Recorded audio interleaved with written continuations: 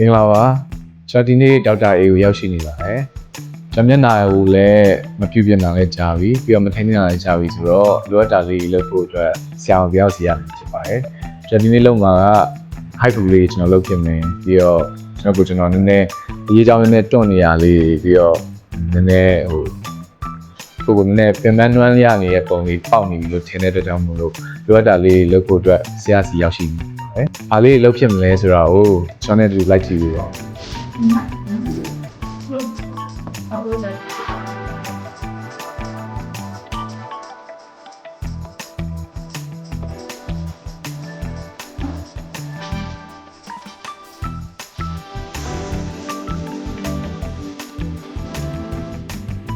ဒီနေ့ကတော့ချမ်းမင်းကိုပေါ့နော်ကိုယ့်ရဲ့မင်းသားကြီးကိုပေါ့နော်ဘာတွေလုပ်ပြီးလဲဆိုတော့အခါကျတော့ချောတော့လုံးဝချောပြီးသားပဲဒါပေမဲ့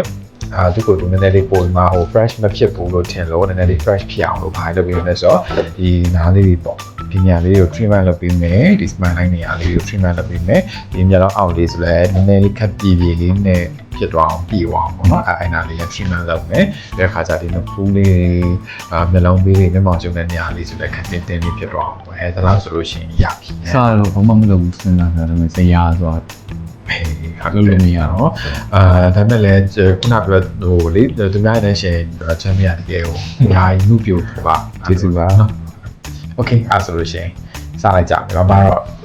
ဖြစ်ပါပေါ့ပါမယ်တောင်းချီလို့ကုချင်တော့မှာကျော်ပါဒီလိုမျိုးကျွန်တော်ဘူးဟဲ့ပါအောင်ပါပြန်မှာပါဆက်လေသွားရင်မှာသက်တည်ပေါ့နော်ဒီလေပါစီတယ်အဲ့ဒီနေရာဟောက်တယ်ဟောလာပေါ့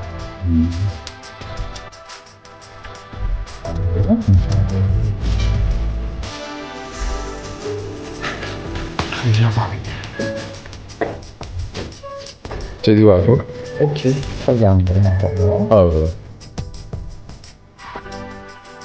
ဒီပေါ်ရောလုံးဝမရအောင်နော်ဒီလားအဲ့ဒါလည်းနည်းနည်းတော့အဲ့တော့ကြာအောင်နော်